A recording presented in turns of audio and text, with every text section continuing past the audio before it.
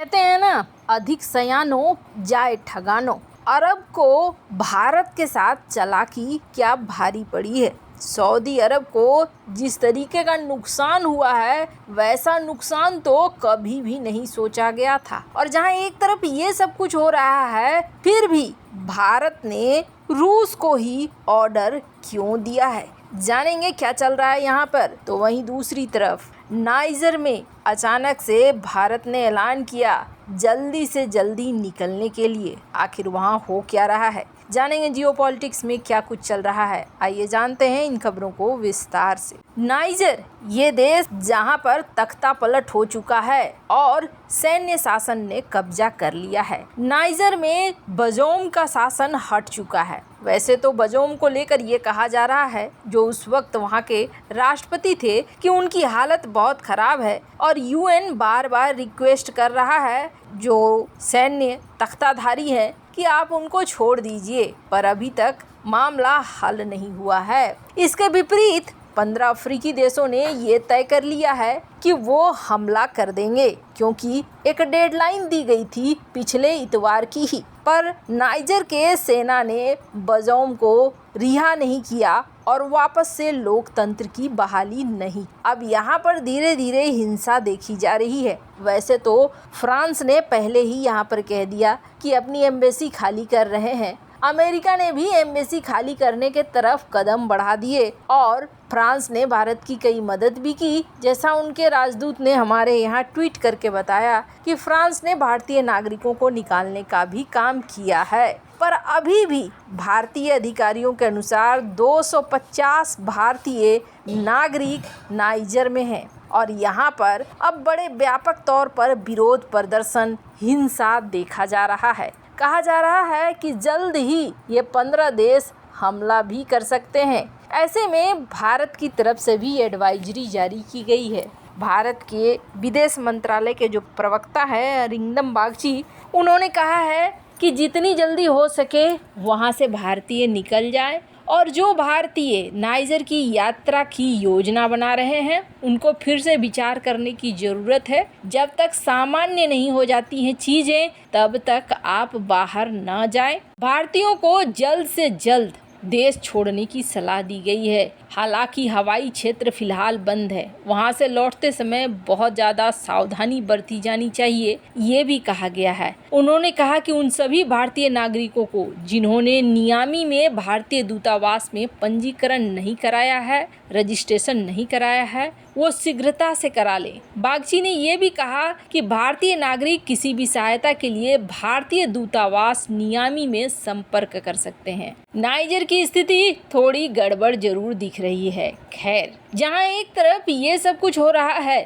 तो वहीं दूसरी तरफ सऊदी अरब को अपना ही फेंका गया पासा बहुत महंगा पड़ गया है। कैसे? स्क्रीन पर आपको एक आर्टिकल दिख रहा है। ये आर्टिकल है कि रूस ने हमें लो डिस्काउंट देना शुरू कर दिया है, लेकिन इस लो डिस्काउंट के बाद भारत के क्या प्लान हैं? क्या भारत रूस से तेल खरीदना बंद कर देगा? हुआ क्या? हुआ ये कि जब सऊदी अरब का वक्त आया महामारी घटने के बाद, जब महामारी खत्म हो गई, सऊदी अरब की इकोनॉमी खुली, दुनिया की इकोनॉमी खुलने लगी, तब बहुत ज़्यादा तेल की ज़रूरत थी। भारत ने शुरुआती दौर में सऊदी अरब से कहा था कि जब दुनिया की इकोनॉमी खुलने लगेगी ना, तब तुम प्रोडक्शन कट नहीं करना, प्रोडक्शन को बढ़ा कर रखना, क्योंकि इससे लोगों को मदद मिलेगी। भारत ने हालांकि महामारी काल में सऊदी अरब से दाम बहुत घट गए थे, तो बहुत सारा तेल खरीदा भी था, अपने रिजर्व में रखा भी था। जब महामारी खत्म हुई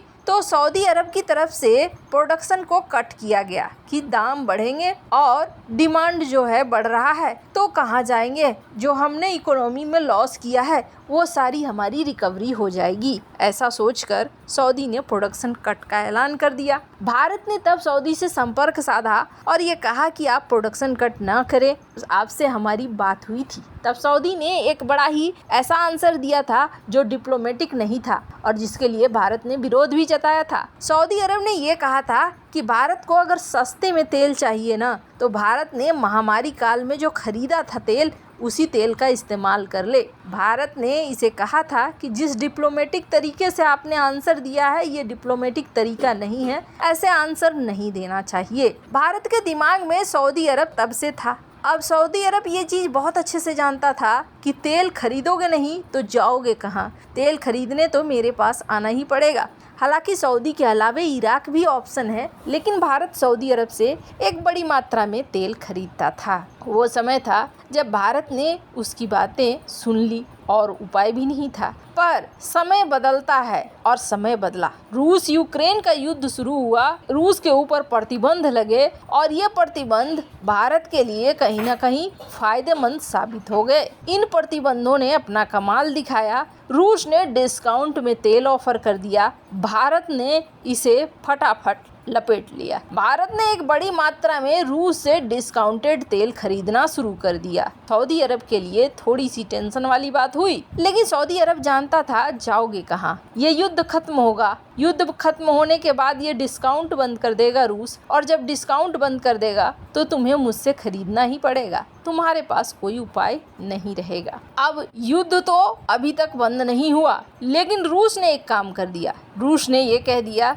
कि अब आपको जो है पहले जो डिस्काउंट मिलता था वो डिस्काउंट नहीं मिलेगा। सऊदी की तुलना में भारत को पर बैरल $20 का फायदा हो रहा था, क्योंकि पहले जो डिस्काउंट था कुछ इसी तरीके का था। पर रूस ने अब डिस्काउंट बंद कर दिया और अब जो फायदा है वो मात्र $8 का है। सऊदी ने सोचा कि अब तो आओगे, पर यहाँ पर भी सऊदी एक बड़ी गलती कर गया। सऊदी और रूस के फैसले ने कि प्रोडक्शन को कट करना है, सऊदी को और डुबो दिया। सऊदी ने प्रोडक्शन कट तो कर दिया, लेकिन दुनिया भर में मांग जो थी वो मांग थी।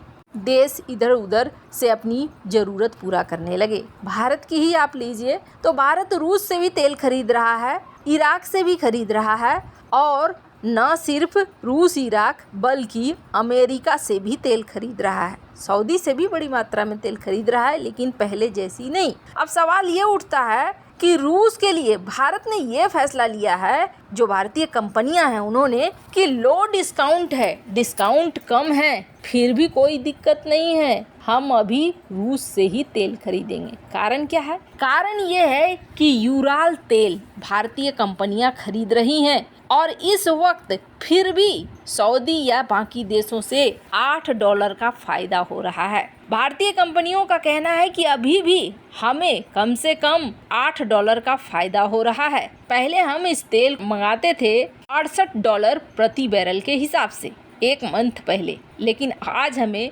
मंगाना पड़ रहा है $81 पर बैरल के हिसाब से 4 अगस्त के अनुसार। फिर भी हम चाहेंगे कि हम यूराल तेल को मंगवाएं, ये बात कहना है इस आर्टिकल के अनुसार। यानी सऊदी का मंसूबा कि कभी न कभी भारत तो आएगा हमारे पास, वो फेल होता हुआ दिख रहा है। भारत एक बड़ा बायर था, अब उसका परिणाम देखिए क्या हुआ है। सऊदी की जो सबसे बड़ी कंपनी है, उस सबसे बड़ी कंपनी अरामको की जो प्रॉफिट है उसमें 39% की गिरावट आई है। 39% का हानि एक बहुत बड़ा हानि है, लगभग आधा हानि। खैर, इसीलिए मैंने कहा अधिक सयानो जाए ठगानो।